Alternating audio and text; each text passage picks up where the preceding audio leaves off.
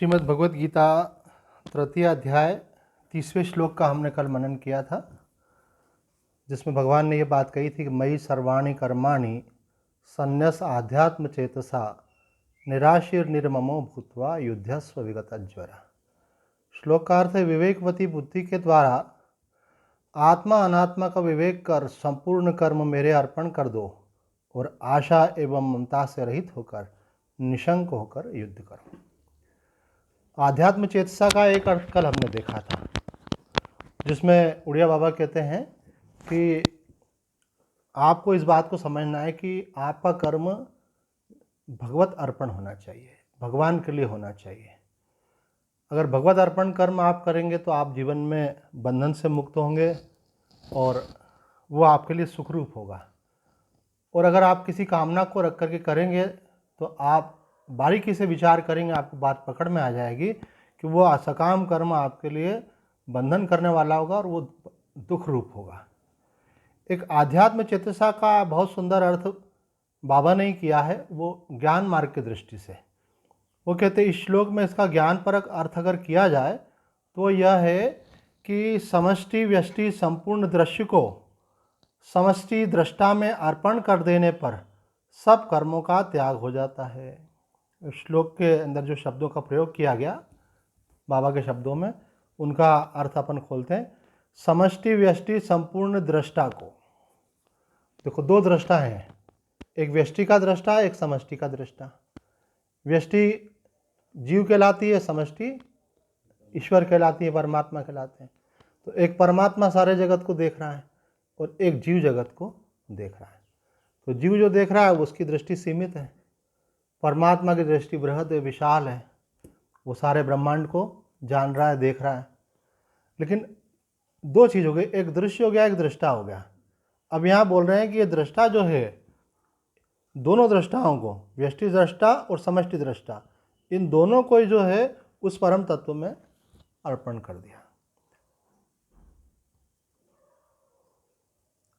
अथवा यूँ कहें कि समष्टि व्यष्टि दोनों दृष्टाओं को समष्टि दृष्टा में विलीन कर दिया। यहाँ पे ये शब्द कहा गया, व्यष्टि और समष्टि संपूर्ण दृश्य को समष्टि दृष्टा में अर्पण कर दिया। अर्थात तो एक सबको जानने वाला, सबका प्रकाशक, सबका अधिष्ठान परमात्मा है, उसमें अर्पण कर दिया। तो क्या होगा, तो जब आप कर्म करने वाले ही अर्पित हो गए तो आपके कर्म भी सब अर्पित हो जाएंगे। जब कर्ता ही अर्पित हो गया तो कर्म अर्पित हो जाएंगे। तो बोले जितने भी संसार में हैं उन सबको आपने परमात्मा में भावनापूर्वक लीन कर दिया कि एक परमात्मा से ही उत्पन्न हुए हैं, परमात्मा में स्थित हैं और फाइनली परमात्मा में ही मर्ज हो जाते हैं, इसलिए वस्तुतः वे परमात्मा में ही है। ऐसा विचार करके आपने सबका विलय कर दिया। इसको लय चिंतन कहते हैं। तो ऐसा करने से क्या होगा, समस्त कर्मों का स्वतः ही त्याग हो गया, क्योंकि एकमात्र परमात्मा ही शेष कर दिया। अब बोले जब आपने सब कर्मों का ही त्याग कर दिया, सब अर्पण ही हो गया, तो फिर निराश, स्वाभाविक रूप से कोई आशा रहेगी नहीं और निराशी होने से निर्मम हो जाएंगे और निर्मम होने से संताप रहित हो जाएंगे। तो यहाँ पे ये बात समझाने के बाद हम देखते हैं कि अगले श्लोक में भगवान प्रवेश करते हैं और कहते हैं देखो मैंने जो सिद्धांत था वो तो तुमको समझा दिया, अब ये तुम्हारे ऊपर है कि तुम इसके अनुसार चलते हो अथवा इसके अनुसार नहीं चलते हो। क्योंकि हम हमेशा से देखते हैं कि चाहे सतयुग हो, चाहे त्रेता हो, चाहे द्वापर हो, चाहे कलयुग हो, हमेशा से दो प्रकार के लोग रहे हैं, एक देवी संपदा वाले और एक आसुरी संपदा वाले। अब यहाँ भगवान जो है 31वें श्लोक में तो देवी संपदा वालों की बात कर रहे हैं और 32वें श्लोक में भगवान आसुरी संपदा वालों की बात कर रहे हैं। देखो, आप भगवान की वाणी को पढ़ोगे तो आपको व्यवहार की बहुत सारी समझ प्राप्त हो जाएगी, साधन की भी समझ प्राप्त हो जाएगी, जीवन के हर क्षेत्र में आपका दृष्टिकोण क्या होना चाहिए भी आपको मिल जाएगा। तो उसमें एक क्लू यहाँ पे आपको मिलता है कि भगवान जो है हमेशा विधि निषेध की भाषा में बोलते हैं। आप केवल विधि की भाषा से काम नहीं बना सकते और केवल निषेध की भाषा से भी काम नहीं बना सकते। आपको अपने जीवन में विधि का भी पालन करना है और निषेध का भी ध्यान रखना है। विधि निषेध का मतलब होता है कि क्या करना चाहिए, ये तो हो गया विधि, और क्या नहीं करना चाहिए, ये निषेध। और क्या त्यागने योग्य है और क्या ग्रहण करने योग्य है। वैसे आप अगर इस बात पे और गहराई से ध्यान देंगे तो आपको ये भी पकड़ में आएगा कि निषेध में ज़्यादा बातें कही जाती हैं और विधि में अंदर कम कही जाती है। इसलिए देवी संपदा थोड़े में कही गई और आसुरी संपदा को बड़े विस्तार से बतलाया गया। उसका कारण क्या? तो उसका कारण महात्मा लोग समझाते हैं कि देवी संपदा तो आपका मूलभूत स्वभाव ही है, क्योंकि आप परमात्मा के अंश हो, इसलिए आपके अंदर जो स्वाभाविक गुण है वो देवी संपदा के हैं। लेकिन भूल कहाँ होती है? भूल यहाँ आकर के होती है कि हम किसी के प्रभाव में आ जाते हैं, संस्कारों के, संबंधों के संसर्ग में आ जाने से, संग और संस्कार के प्रभाव से हमारे अंदर कुछ ऐसी बातें आ जाती हैं जो हमको भगवत चेतना से विमुख करके उससे अलग ले जाती हैं, दूर ले जाती हैं, और हमारे अंदर एक अलग दृष्टिकोण उत्पन्न होता है जो हमारे लिए बंधन कारक हो जाता है, दुख कारक हो जाता है। तो वो दोनों क्या है, इन 2 श्लोकों में स्पष्ट होगा। दोनों श्लोक पढ़ते हैं और भगवान के वचनों का फिर मनन करते हैं। भगवान 31वें श्लोक में कहते हैं, ये मे मतमिदं नित्यम अनुतिष्ठन्ति मानवा श्रद्धावंतो न सूयन्ता मुच्यन्ते तेऽपि कर्मभिः ये त्वदेभ्य सूयन्तो नानुतिष्ठन्ति मे मतम सर्वज्ञान विमूढ़ांस्तान् विद्धि नष्टान चेतसा। हम यहाँ पे आज जो है 32वें श्लोक का मनन पहले कर रहे हैं, फिर 31वें का, क्योंकि भगवान ने ये बताया 32वें में निषेध किसका करना है, त्यागने योग्य कौन है। वो लोग कौन हैं जिनका गलत चिंतन होने के कारण वो अपना विनाश कर बैठते हैं। तो इस श्लोक का अर्थ है, जो मनुष्य मुझ में दोषारोपण करते हुए मेरे इस मत के अनुसार नहीं चलते, उन मूर्खों को तू संपूर्ण ज्ञानों में मोहित और नष्ट हुआ समझ। कौन सा सिद्धांत? तो भगवान ने हमको ये सिद्धांत समझाया कि संसार जो है मिलने बिछुड़ने वाला है, कोई भी वस्तु अपनी नहीं है। संसार में जो कुछ भी है, ये शरीर हमारा नहीं है, संबंधी हमारे नहीं है, वस्तुएं हमारी नहीं है, ये सब हमारे नहीं है, अर्थात ये अपने नहीं है। और सेकंड बात जो स्वामी जी को समझाते हुए कहते हैं, ये अपने नहीं है और अपने लिए नहीं है। कई बार दूसरे की वस्तु भी होती है तो अरे ये तो अपना ही समझो, अपन इसको वापर सकते हैं, है ना। तो आप एक ये भावना होती है कि दूसरे की वस्तु भी अपन वापर सकते हैं। तो यहाँ कह रहे हैं कि यहाँ पर तो वस्तु को अपना तो समझना ही नहीं है और वस्तु को अपने लिए भी नहीं समझना है। तो बोले फिर किसके लिए समझना है? बोले कि ये संसार की वस्तु संसार के लिए ही है, भगवान ने ये सब सेवा के लिए दिया है। शरीर किसके लिए दिया है? सेवा के लिए। आपको जो भगवान ने साधन दिए वो किसके लिए दिए? सेवा के लिए। तो बोले ये तो नुकसान वाली बातें बताते हो आप, ऐसा कोई होता है क्या? फ़ायदे वाली बात तो ये है कि अपनी है और अपने लिए है। अपनी मानने से एक ऊर्जा मिलती है कि मेरे पास तो इतना है, धन है, मकान है, भोग है, पद है, प्रतिष्ठा है। और अपने लिए मानने से ये लगता है कि मेरे को कोई कमी नहीं है, मेरी भगवान की बड़ी कृपा है। ये तो ना समझ अज्ञानी भक्तों के लिए बातें कही गई है। जो समझदार विवेकी भक्त होते हैं वो इस प्रकार से कभी नहीं सोचते। वो पहले तो ये बोलते हैं अपनी नहीं है, भगवान की है। फिर नंबर 2 पे जो भी कुछ है वो अपने लिए नहीं मानते, क्योंकि अपने लिए मानने मात्र से आपका भोक्ता भाव जागृत हो जाता है, आपकी वासना जागृत हो जाती है और वो आपको बांध लेती है, आप संसार आपका बन गया वो। तो आपके मन में जब ये भावना होती है बस मुझे तो सेवा के लिए भगवान ने ये चीज़ दी, मुझे सेवा करना है। अच्छा, सेवा करने वाला स्वस्थ नहीं होगा तो सेवा कर सकेगा क्या? तो स्वास्थ्य का ध्यान अपने आप ही हो जाएगा, सुरक्षा का ध्यान अपने आप हो जाएगा, व्यवस्था है ना, रहने के लिए मकान नहीं हो, जिसको खाने के लिए रोटी नहीं हो, पहनने के लिए कपड़ा नहीं हो, बीमारी में औषधि की व्यवस्था नहीं हो, तो कर्म कर पाएगा क्या? तो पहले उसकी व्यवस्था करनी पड़ती है। तो इसलिए अपने आप से वो चीज़ें उसके अंदर आ जाती हैं। और फिर जिसके द्वारा सेवा की जा रही है वो भी उसको अपना मानना ही नहीं है, शरीर भी अपना नहीं है। लेकिन कुछ लोग कैसे हैं, तो भगवान कहते हैं कि भगवान के इस मत को समझते नहीं है, ये भगवान का ये मत है। भगवान के इस मत को नहीं समझ करके भगवान पे दोषारोपण करते हैं और कहते हैं इस मत वो, और फिर इस मत के अनुसार चलते भी नहीं है वो। अब दोषारोपण करना क्या है? तो यहाँ पे कहते हैं कि भगवान को साधारण मनुष्य समझकर उनमें ऐसी भावना करना या दूसरों को ऐसा कहना कि अपनी पूजा कराने के लिए इस प्रकार से भगवान उपदेश देते हैं और समस्त कर्म इनके अर्पण कर देने से मनुष्य का कर्म बंधन कैसे छूट जाएगा। वो भगवान को एक समझते जैसे कोई साधारण मनुष्य में अपने लिए कोई लालसा होती है, तो बोला कि ये भगवान बोला सब मुझको अर्पण कर दो। बोला हमारी चीज़ उनको क्यों अर्पण करें। वो भगवान को ऐसा समझता है जैसे कोई मनुष्य है। तो वो कहते हैं भगवान अपने को अर्पण करने के लिए मुझे बोल रहे हैं। एक लड़की ने मुझसे प्रश्न पूछा, ये एक बात बता दें आपको, ये भले आप MBA कर लो कि M.Tech कर लो कि आप कुछ भी कर लो, ये यहाँ की डिग्रियाँ जो है आध्यात्म में किसी काम की नहीं होती। वो लड़के भी ऐसे बहुत 60 कर्मचारी उसके अंडर में काम करते हैं, वो अमेरिका में रहती है। तो आई थी अपनी माँ के पास, हमसे जुड़े हुए लोग हैं। तो मुझसे बोले एक बात बताओ कि भगवान का नाम लेने से भगवान हम पे प्रसन्न होते हैं, या आप लोग बोलते हैं? मैंने कहा हाँ बोलते हैं। और फिर वो हमारे सब दुख भी दूर कर दे? मैंने कहा हाँ बिल्कुल, भगवान का नाम लेने से दुख दूर हो जाते हैं। तो इसका मतलब भगवान एक बहुत ही सेल्फिश व्यक्ति हैं। उनका नाम लो तो बड़े खुश होते हैं, और नाम लो तो नाराज लेते हैं। एकदम सीधा आरोप भगवान के ऊपर, है ना। जैसे किसी का गुणगान करो संसार में बड़ा खुश हो जाता है, तो भगवान का गुणगान करो, उनकी चालीसा पढ़ो, उनके गुणगान करो, उनकी स्तुति करो तो प्रसन्न हो जाते हैं। वो बोले बच्चा खुश रहो, है। और उनकी अगर स्तुति नहीं करो तो नाराज हो जाते हैं। तो ऐसे कैसे भगवान है? और फिर इनको ऐसे अगर हैं भगवान, तो ऐसे को भगवान मानना ही नहीं चाहिए।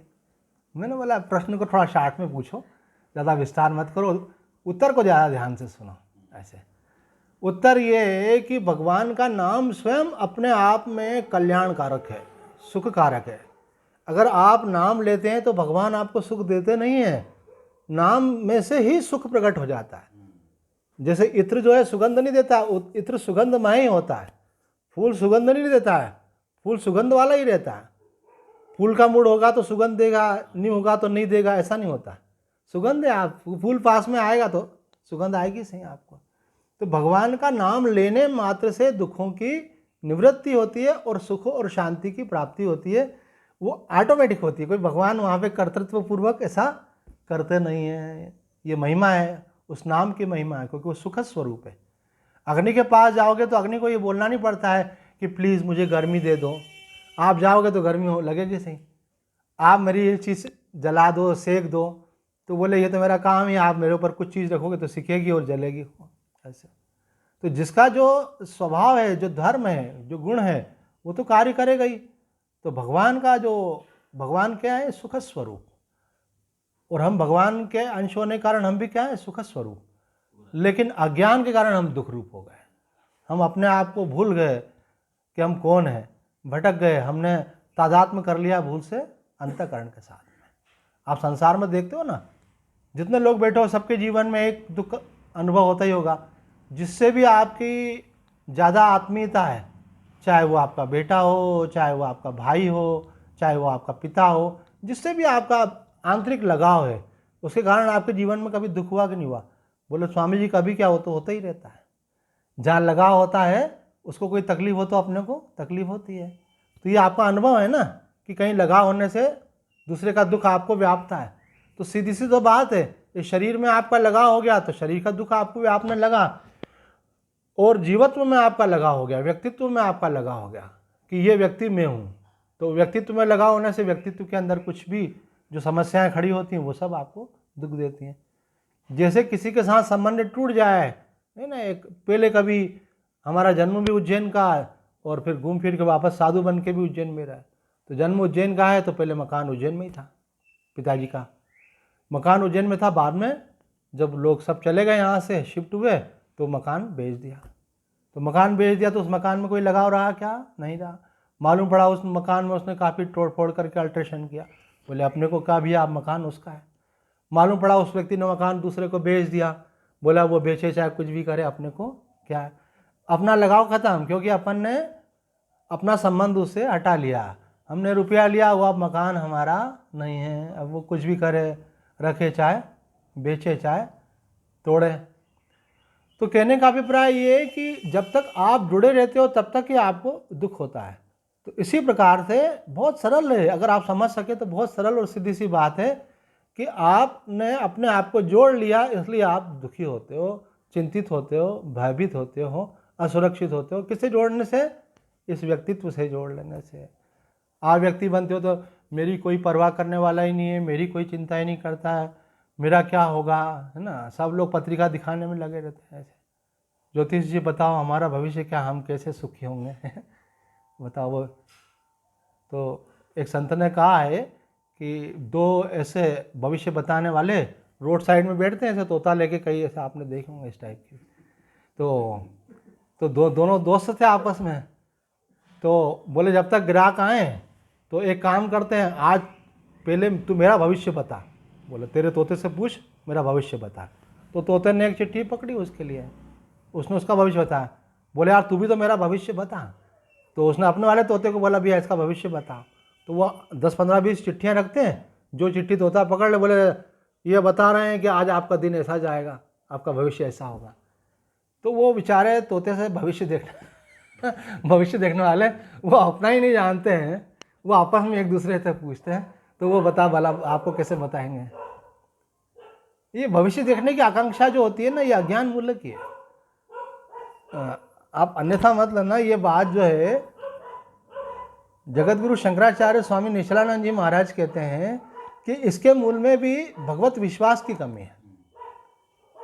भाई भगवान जो करेंगे अच्छा करेंगे, अगर ऐसा विश्वास है तो आप भविष्य के प्रति क्यों आप चिंतित होते हो। और को अगर मानो कुछ 18-19 है भी भविष्य में तो कोई बदल तो नहीं देगा आपका, क्योंकि हमारे शास्त्र कहते हैं अवश्यमेव भोक्तव्यम प्रारब्धम कर्ममिति, जो प्रारब्ध में लिखा है भोगना ही पड़ता है। भगवान कहते हैं कर्मण्येवाधिकारस्ते माँ फलेषु कदाचन। ये ध्यान किधर चला गया, फल की तरफ, कि क्या परिणाम मिलेगा। ज्योतिष जी देख कर बताओ प्लीज़ परिणाम क्या मिलेगा, है ना। भगवान क्या बोल रहे हैं, परिणाम को मुझ पर छोड़ दो। इसका मतलब क्या हुआ, हम गीता की टीचिंग को फॉलो नहीं कर रहे हैं। अगर फॉलो कर रहे होते तो हम परिणाम के बारे में चिंता क्यों करते हैं। भगवान बोल रहे हैं परिणाम मुझ पे छोड़ दो।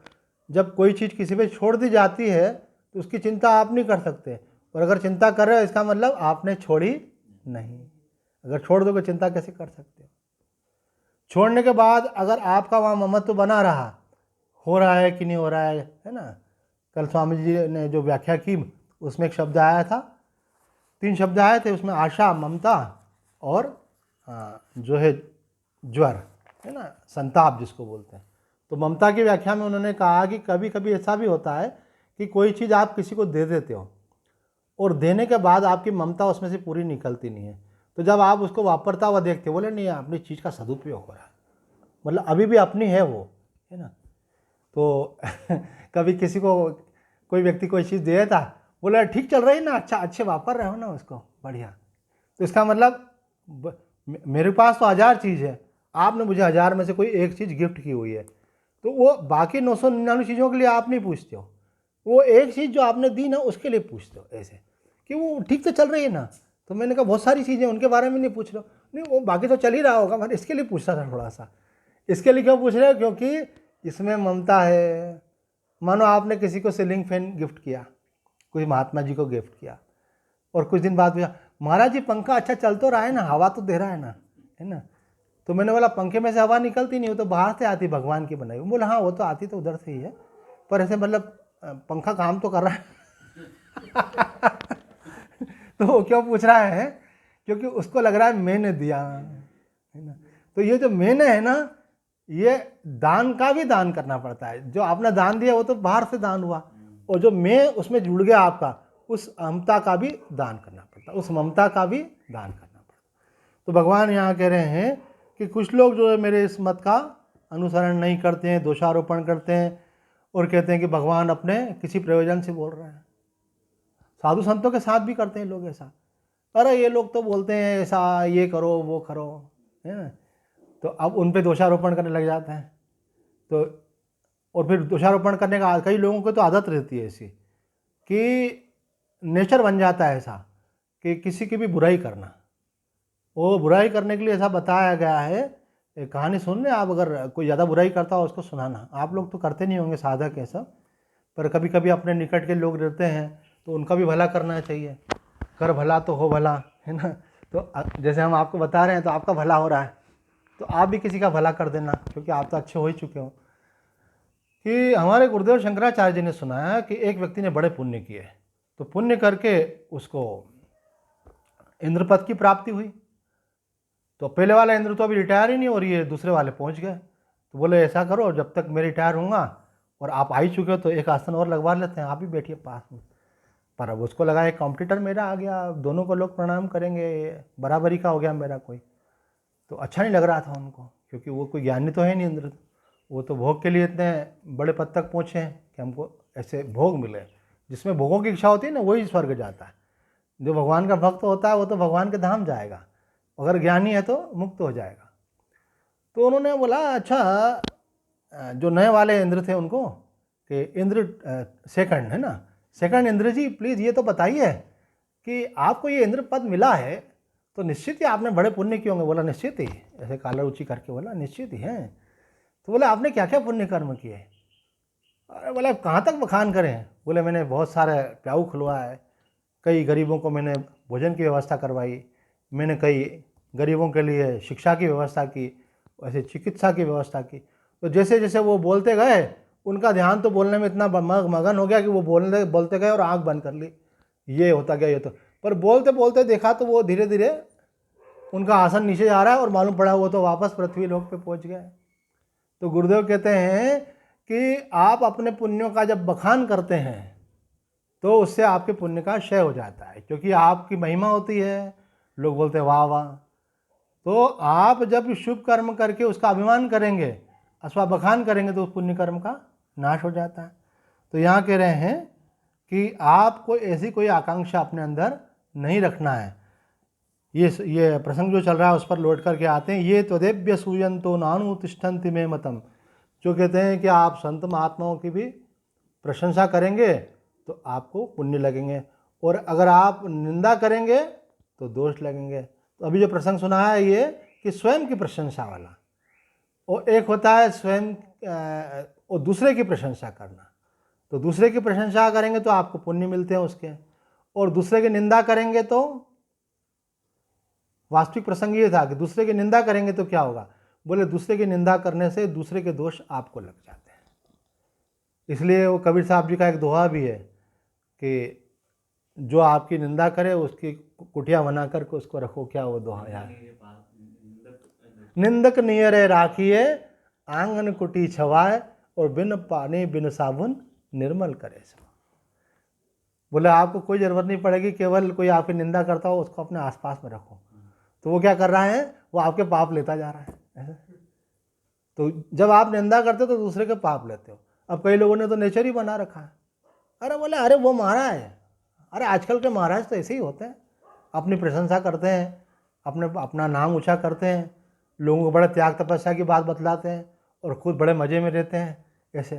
तो यहाँ कह रहे हैं कि ऐसे जो लोग हैं जो भगवान में, आचार्य में, गुरुजनों में उनकी निंदा करते हैं, वो बड़े भारी दोष के पात्र बनते हैं, और इस कारण से उनकी उन कर्मों में प्रवृत्ति नहीं हो पाती जिनका वो उपदेश कर रहे हैं। जिनके मन दोष से भरे हैं, जिनमें विवेक का अभाव है और जिनका चित्त वश में नहीं है, ऐसे मूर्ख तामसी मनुष्यों को अचेतसा पद से भगवान ने यहाँ संबोधित किया है कि वो कैसे हैं? सर्वज्ञान विमूढ़ांस्तान विद्धि नष्टान अचेतसा। बोले जो अविवेकी लोग हैं, जिनके चित्त में दोष दर्शन भरा हुआ पड़ा है और जिनका चित्त वश में नहीं है, ये दूसरों की निंदा करने वाले जो लोग हैं, बोले ये कैसा होता है इनका? तो बोले विद्धि नष्टान अचेतसा, ये संपूर्ण ज्ञानों में मोहित हुए नष्ट हो जाते हैं। इनका लोक भी बिगड़ जाता है और परलोक भी बिगड़ जाता है। क्यों? क्योंकि इनको जो लोक सुधारने की शिक्षा दी जाती है शास्त्र और संत और गुरु और आचार्यों के द्वारा, उसका भी अनुकरण नहीं करते, और इनको कोई बुराई से हटाने की बात कही जाती है तो उसको भी ये ध्यान नहीं देते। इनको कहा जाए कि सुबह उठना चाहिए तो कई लोग उसकी भी निंदा करते हैं। अरे सुबह कहाँ सोने का टाइम होता है, ये पता नहीं धार्मिक लोगों को कहाँ से अक्ल आ गई है। जिसको रात भर नींद नहीं आती उसको भी सुबह नींद आती है, बीमार आदमी को भी सुबह नींद आती है, और ये सुबह ही उठाते की बात करते हैं। बोले यह अच्छे भला जीवन में क्लेश डालने वाली बातें करते हैं कि आप अब सुबह बढ़िया नींद आती है, आप काहे को उठो? भगवान ने आपको नींद दी है, सोने के लिए सोइए ऐसे। तो इनके उपदेश जो है उल्टे चलते हैं, तो इनका संग कर लेने वाले की बुद्धि भी खराब हो जाती है। तो भगवान कह रहे हैं कि ऐसे जो लोग हैं संपूर्ण ज्ञानों में मोहित हुए, ये नष्ट हुए ही समझो।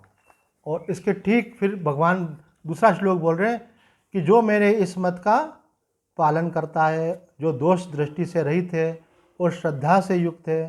तो यहाँ भगवान उसके लिए कह रहे हैं ये के साथ में भगवान ने मानवा शब्द का प्रयोग किया। अर्थात यह जो मैं सिद्धांत बतला रहा हूँ कि संसार को मेरा और मेरे लिए नहीं समझना, ये जो सिद्धांत है भगवान का निष्काम कर्मयोग का, इस सिद्धांत का जो भगवान ने उपदेश किया है वो कहते हैं कि वो सब कर्मों से मुक्त हो जाते हैं, परम आनंद को प्राप्त होते हैं। तो भगवान बोले किस किस के लिए कहा है? बोले किसी संप्रदाय के लिए नहीं, किसी धर्म के लिए नहीं, किसी जाति विशेष के लिए नहीं, बोले ये मानव मात्र के लिए है। इसलिए भगवान कहते हैं ये मैं मतमिदम नित्यम अनुतिष्ठन्ति मानवा, ये शब्द प्रयोग किया और बाद में मानवा शब्द का प्रयोग। ये कौन? बोले मानव मात्र के लिए। ये गीता जी की विशेषता है। गीता जी जो है सार्वभौम ग्रंथ है, ये कोई राष्ट्रीय ग्रंथ नहीं है, ये वैश्विक ग्रंथ है। अभी मोदी जी ने वहाँ किसी राष्ट्रपति के पास गए थे तो वहाँ उन्होंने गीता जी गिफ्ट की। तो बोले ये विरोधियों को हम ये भी बड़ी पीड़ा होती है कि गीता जी क्यों भेंट करी। बोले गीता जी से बढ़कर कुछ है ही नहीं जो भेंट किया जाए। बोले केवल हमारे लिए नहीं, बोले मानव मात्र के हित के लिए जो कुछ संदेश में दिया गया है, इतना बड़ा संदेश तो किसी धर्म ग्रंथ में मिलता ही नहीं है।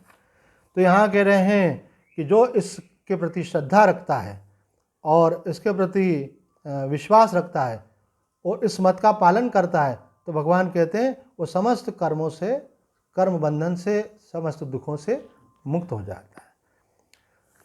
एक और बात यहाँ पे कही है, नित्यम मतम अनुतिष्ठति, अर्थात साधक को समस्त कर्म सदा के लिए भगवान को समर्पित करके अपनी सारी क्रियाएं उसी भाव से करना चाहिए।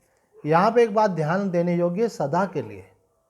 कई बार क्या होता है, जब हम बहुत अंतर्मुखी होते हैं, शांत होते हैं, साधना के भाव में होते हैं, प्रेयर में होते हैं, सत्संग में होते हैं, तब हम ऐसा मानते हैं हमारा कुछ नहीं है, सब प्रभु तेरा ही है। तो बोले ये थोड़ी देर के लिए नहीं चलेगा। भगवान बोल रहे नित्यम, आपको सदैव इस भाव में रहना है। आपको ये भाव इतना गहराना है कि आपके प्रत्येक कर्म के समय ये भाव बना रहे कि मेरा कुछ नहीं है प्रभु, सब कुछ तेरा है। ये समर्पण आपका सतत बना रहना चाहिए। ये कोई सुबह शाम करने वाली चीज़ नहीं है, अथवा केवल संडे कई लोग तो संडे को प्रेयर करते हैं, तो अभी भाई बाकी 6 दिन बिजी रहते हैं, एक दिन से तो बोले संडे के दिन चर्च चले जाएंगे। बोले हमारे यहाँ ऐसा नहीं, नित्य वाला कहा गया है। कई लोग बोलते हैं भाई ठीक है सुबह भगवान का नाम ले लिया, आप बाकी अब दुनियादारी। तो बोले आध्यात्म की पूर्णता जो है इससे नहीं होने वाली है आपकी। श्री श्री माँ आनंदमयी कहती हैं कि उस अखंड परमात्मा की प्राप्ति अखंड साधना से होगी। अगर आप सुबह शाम करेंगे तो नहीं होगी। तो बोले क्या दिन भर एक भजन ही करते हैं बाबा जी बन जाएं क्या? तो बोले नहीं, बाबा जी बनने की ज़रूरत नहीं है, आपको केवल दृष्टिकोण बदलने की ज़रूरत है। आपका जो व्यवहार हो रहा है उसमें आपको भावना ये करनी है ये सब रूप भगवान के ही हैं, ये जो कर्म भगवान करवा रहे हैं सब उनके द्वारा दी गई सेवा है, और जो कुछ कर रहे हैं उनकी प्रसन्नता के लिए कर रहे हैं। दृष्टिकोण बदलना है। अगर आपका दृष्टिकोण नहीं बदला तो आप कहीं भी चले जाएं बंधन में रहेंगे। तो कहते हैं, कल भी हम ये वाणी पढ़ रहे थे कि आध्यात्म जो है आपकी सृष्टि नहीं बदलता है, वो तो प्रारब्ध के अनुसार जो आपको प्राप्त हुआ है प्राप्त होता ही है। आध्यात्म आपकी दृष्टि बदल देता है। आपकी दृष्टि बदल जाती है तो नज़र बदली तो नज़ारे बदल जाते हैं, आपकी भावना बदली तो आपकी अनुभूति बदल जाती है, आपको उस प्रकार से सकारात्मकता आ जाती है और आपको आनंद का अनुभव होने लगता है। तो भगवान यहाँ कह रहे हैं अपी शब्द का भगवान ने प्रयोग किया। तो जयदयाल गोयनका जी उसकी व्याख्या करते हुए कह रहे हैं अपी पद प्रयोग करके भगवान का यह भाव है, जब कोई भी मनुष्य इस साधन से समस्त कर्मों से मुक्त हो जाते हैं तब तुम्हारे लिए तो कहना ही क्या है ना। भगवान ने यहाँ पे जो प्रयोग किया है अपी शब्द का, कि अगर कोई व्यक्ति ऐसा करे तो वो मुक्त हो जाता है। तो यहाँ वो कह रहे हैं कि अगर कोई करे तो मुक्त हो जाता है, तो तुम तो मुक्त हो ही जाओगे। जब साधारण मनुष्य की बात कही है भगवान ने कि इसको फॉलो करने से उसका कल्याण हो जाता है, तुम तो देवी संपदा से युक्त हो, तुम तो भक्त हो, तो तुम्हारा कल्याण क्यों नहीं होगा। इसलिए मनुष्य मात्र का इसमें अधिकार है और भक्त का तो अधिकार इसमें है ही। किसके अंदर? भगवान के प्रति श्रद्धा होने के कारण भगवान के वचनों का पालन करता है। और स्वामी जी ने उसको समराइज करके इस बात को कह दिया कि किस बात को, कि तुम्हारा कल्याण इसमें होने वाला है कि संसार को मेरा मत समझो और मेरे लिए मत समझो। तो आज इतना ही। ओम पूर्णमदः पूर्णमिदं पूर्णात् पूर्णमुदच्यते पूर्णस्य पूर्णमादाय पूर्णमेवावशिष्यते। ओम शांति शांति शांति।